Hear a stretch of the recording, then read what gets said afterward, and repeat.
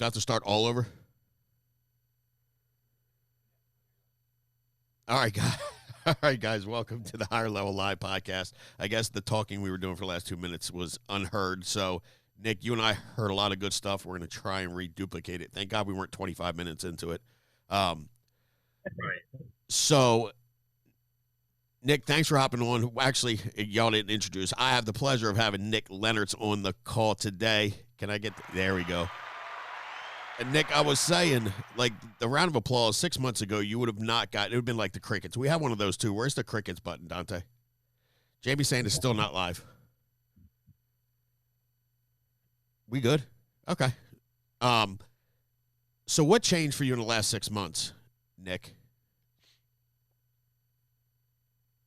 I mean, Frank, it's hard to say anything besides mindset. I know that we harp on that over and over again, but perception is reality, and that's really all that each of us have as humans is our perception. So it's all just between the ears, and we're in such a simple business, and we're blessed to have this system already in place for us. It started with Sean, and then guys like you and Mark Mead second, and then there's been hundreds of folks that have followed since then. So I'm really just grateful to be a part of it, and whenever we can get on a call like this and give one thing to another person, I take that as a privilege. Absolutely. All right, so I'm going to read through these numbers real quick, and then we're going to dive into some stuff. What do I want to read first? Let's go submit week 3, June. We'll go 10,000 and above because it should be 10,000 above.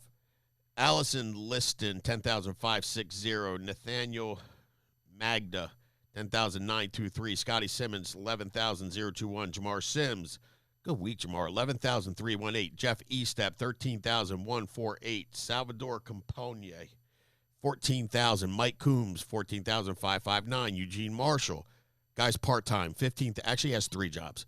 $15,085. Thaddeus Scruggs, 16,083. Leslie Andrews, 16,738. Lordy. Jacinta Al-Jazim. Dante, what's the chances I said that right? Probably 0%. That's okay. 20,839. It's even better that they wrote $20,839 a week, and I don't know their name. That's crazy. Gary Nessel wrote 21,634. Number one spot submit last week, Ryan Urbanski, 26,212. As far as groups, teams go, we had FFL Dream Team submit 58,777. I love that. 777s is a good number. Pursuit of Happiness, 61,517. Peak Finance, 71,508.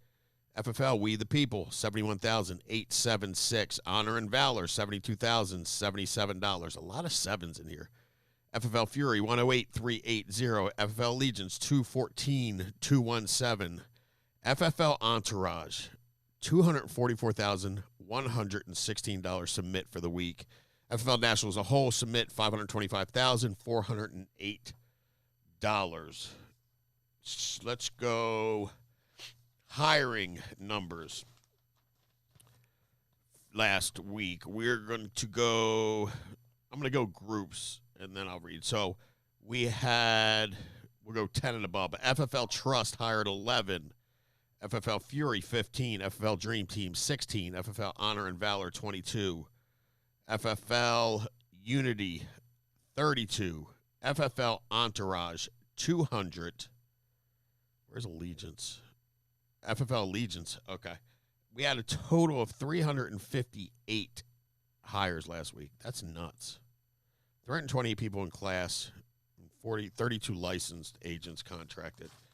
Pretty crazy. All right, let's go. Issue paid week 2, June. So we're going to go on track for 20,000. So that'll be this is Andy. I think Leandro. Is Andy's real name Leandro?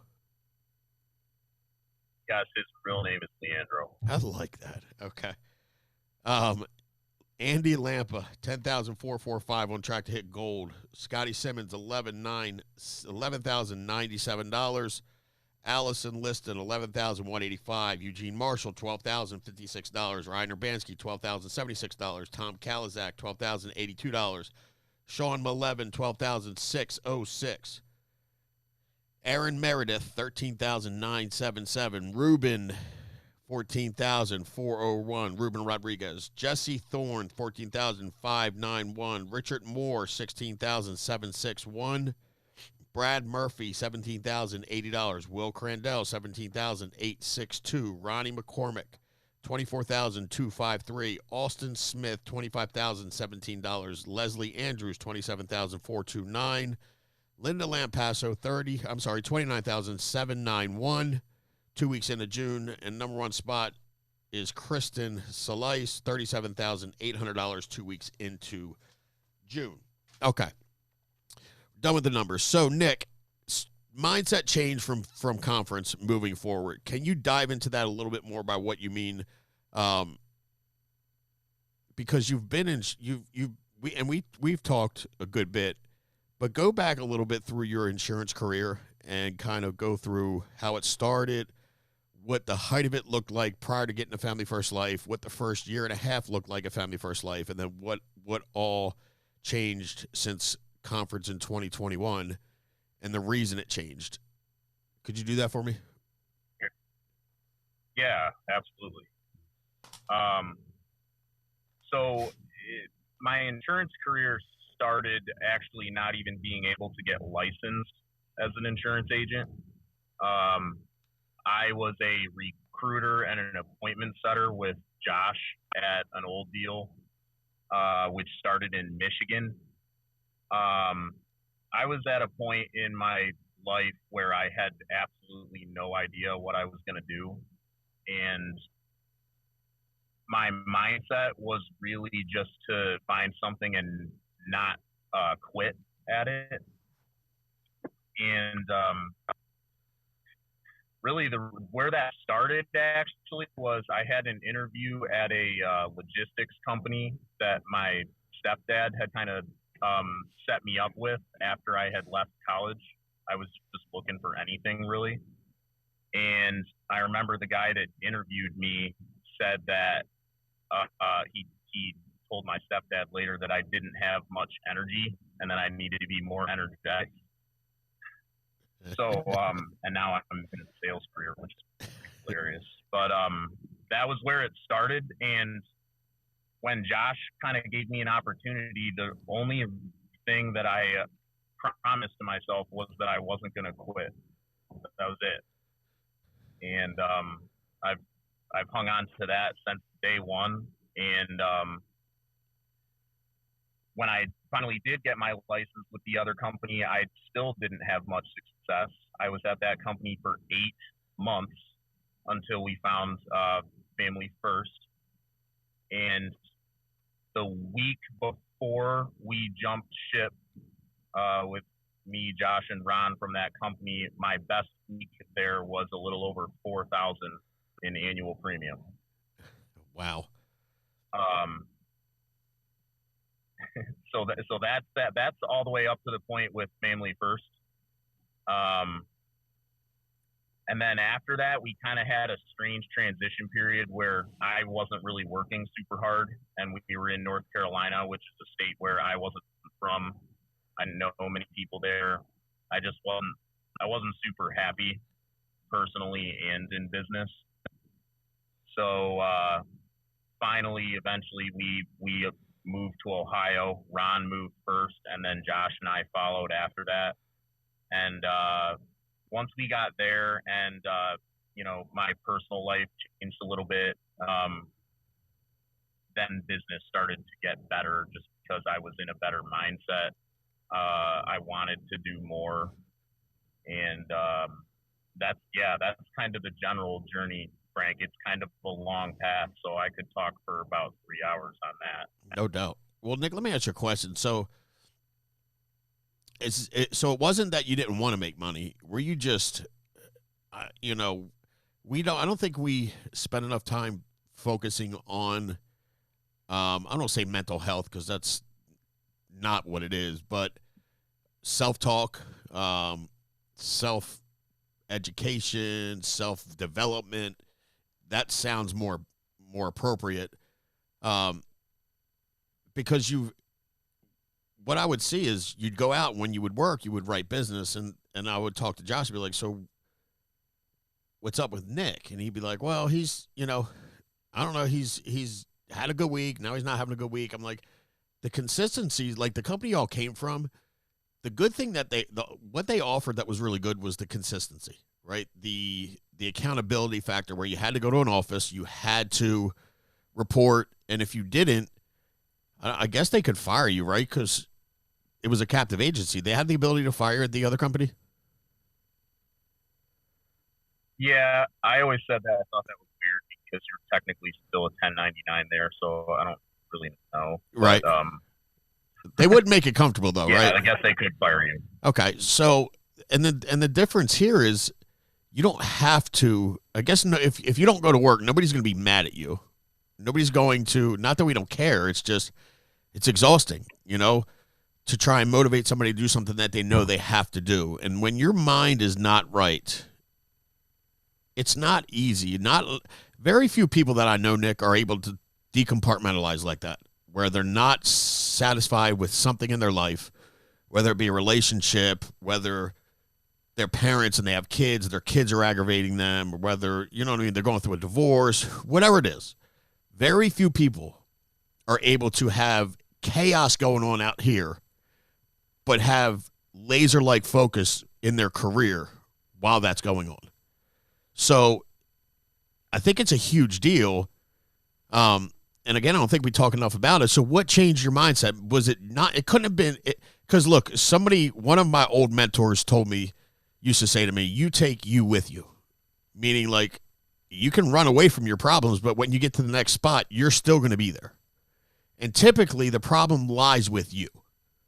So it couldn't have been the move to Ohio because you're the same person. What, is it more lead flow? Was it just a decision? Like what forced you to go work the way you're working now? And what do you think took so long to make that decision? That's a really good question. You did mention leads, and yeah, leads is a huge part of it because I do buy a lot of leads so that if I didn't go to work, I would literally be broke in like 2 weeks just because I'm forcing myself to spend. I wouldn't be broke, but like it would make zero sense for me not to go to work every time that I get a lead order, because I'm spending, at a minimum, I'm spending $1,500 a week, and sometimes it can be to $2,000. Sure. And most of it is automatic. Sometimes I buy leads manually, but my leads pretty much just come out regardless of if I'm going to web and buying them. So in terms of like my weekly schedule and buying leads, that has definitely changed a lot. When I was in North Carolina, I would always have to make the decision in my head to go and buy leads.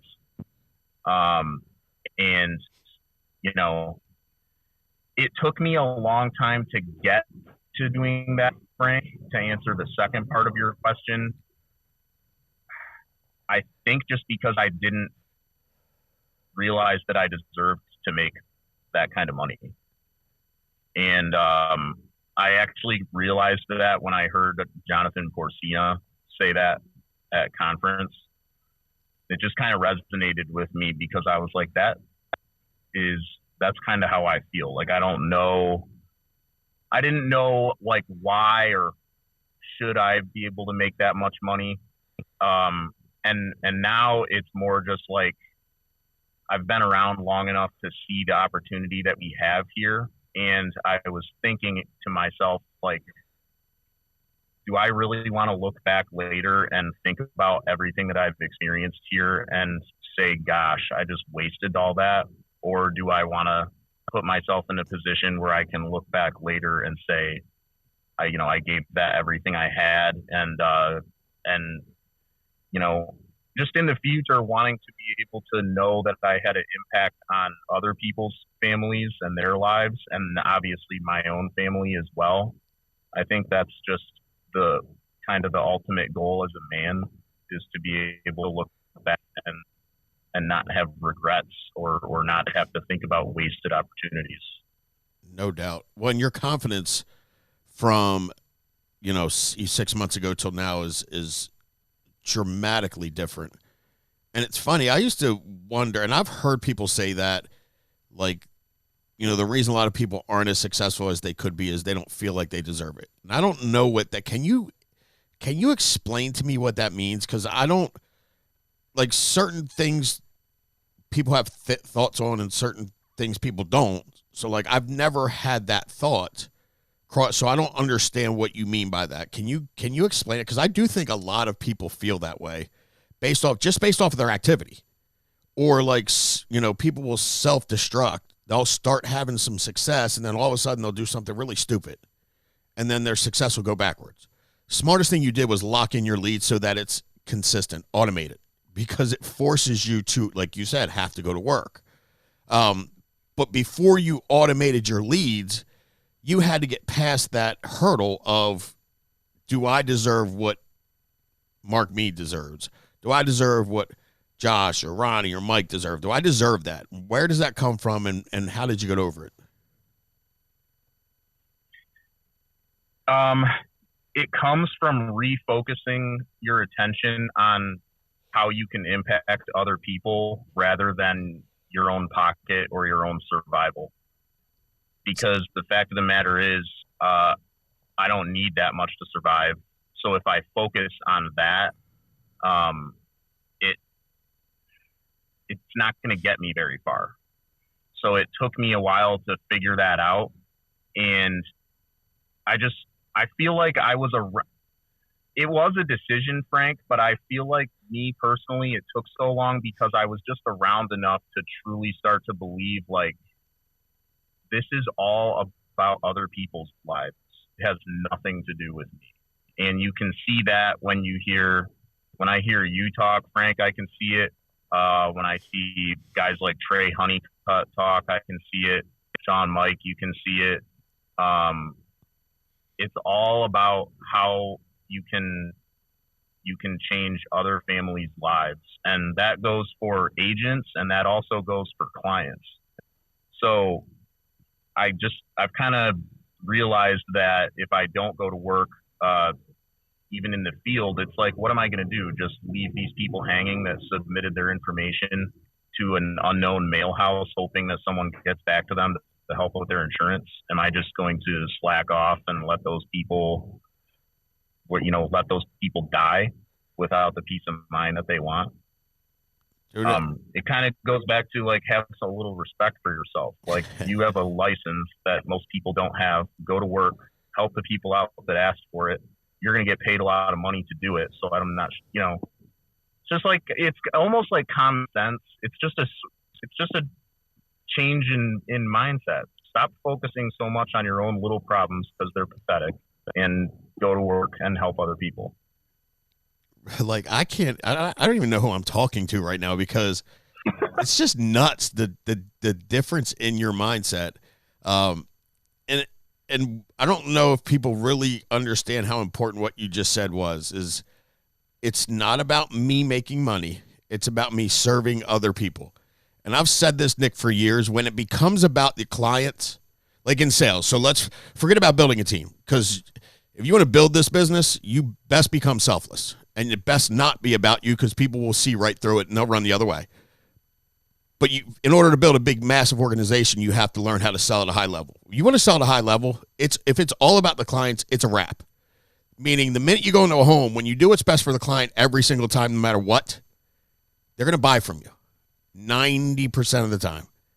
And that's, to me, the magic here.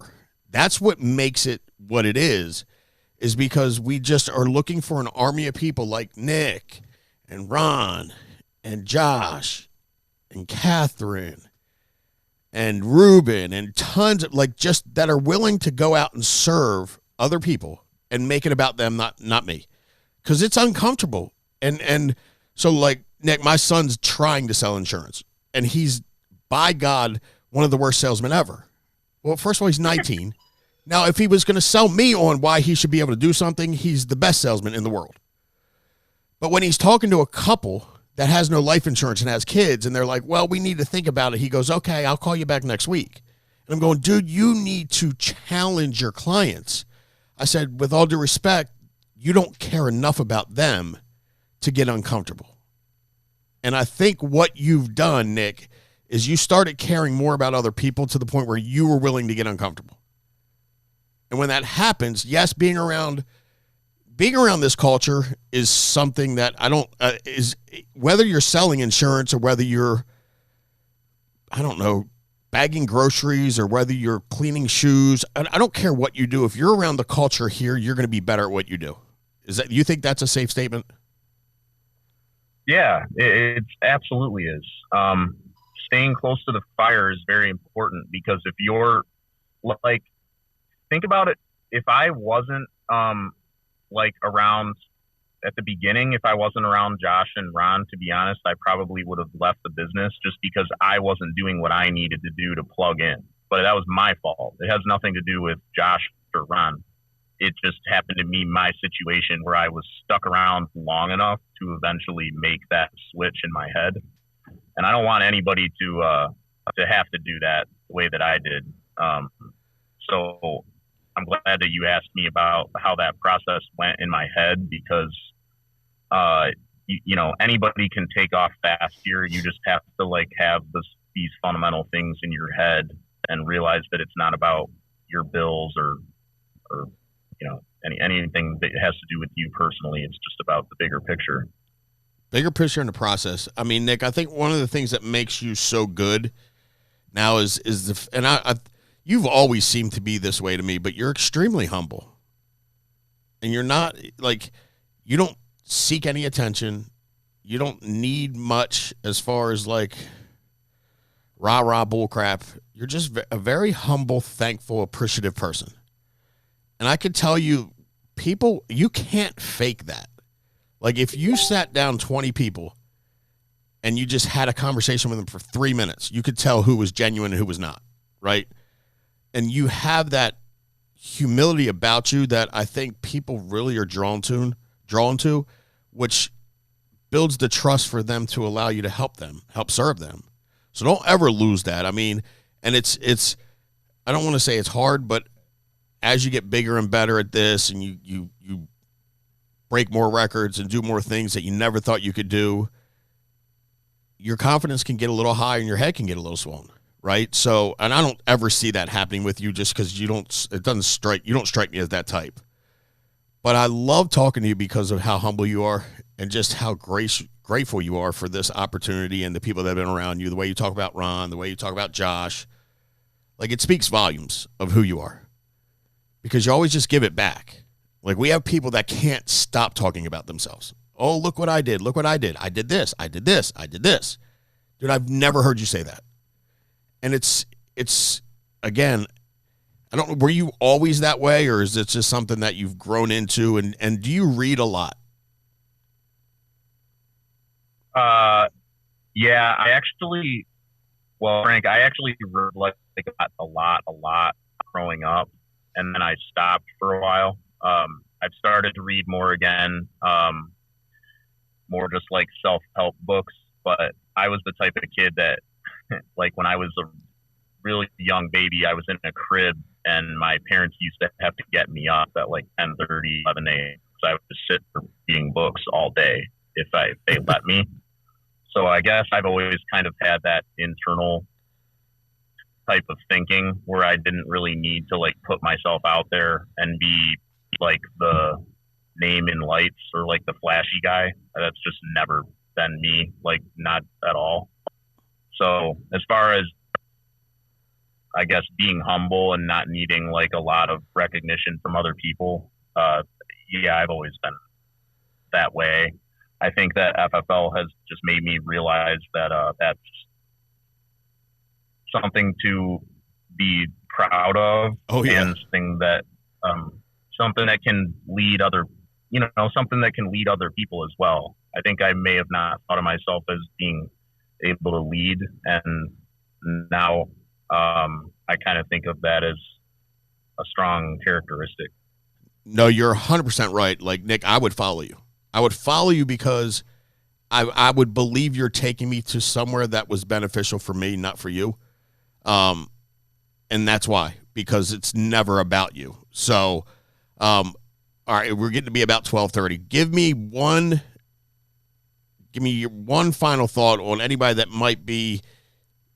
would maybe where you were at 7 months ago. Issue paid volume, never more than really 12, 13,000, but has the ability to do more. Give them a pointer on how to come out of that slump and start killing it. Don't be afraid of anything, and don't be afraid to roll the dice and take a risk, because the reality is, what do you have to lose? If you want more out of your life, don't sit on the sidelines, because I did that for a while. And don't worry about appeasing your parents. Don't worry about doing things that your family can like tout and brag to other people about. Go after the pinnacle, the highest thing that you could possibly imagine yourself going. Picture that every day. Write things down in the morning. Read a lot of books. Become obsessed with whatever the highest mountaintop is for you. Just visualize it every day. Don't give a rip about what anybody else says about it, and just run. Dude, I love it, Nick. Thank you so much for sharing with us today. I'm looking forward to spending some time with you guys in the next few hours. You're going to be in Baltimore soon. So, guys, listen, I promise you, and if you have any questions, reach out. Nick, I don't know. We'll put your tag, what do they call that, Dante? A YouTube tag or a Facebook tag? We'll put that somewhere so that people can get a hold of you. But reach out to Nick and talk to him. He's a guy that's always had the ability to kill it. But again, the belief wasn't there. And then the more he plugged in, and you were always at the office, which is a huge deal, because the more you're around people that are winning, the more that whatever they're saying seeps in. And then eventually you start to believe it. It's kind of like people that watch negative stuff all day long. By nature, they're just negative. It's not a coincidence. People that listen to positive stuff, people that are around positive people, they're by nature positive people, because that's what they hear all day, every day, and it works. So I think a couple of the powerful things you said was, I said I was never going to quit. And if you just don't quit in this business, you'll make it. You might not sell $1 million in a year, but if you just don't quit and keep working week in and week out, we can show anybody how to get to $250,000, $300,000 a year every year selling life insurance. And it can be a phenomenal career for you and your family. You can help a ton of people, and you can change your life like Nick has done just in a short 7 months. So, Nick, thank you so much for hopping on, guys. Appreciate you guys sharing time with us today. Let's make it a big week. We'll chat with you soon. Please don't forget to subscribe to our page, like it, and share it. Take care, guys. Thanks, Nick. Bye.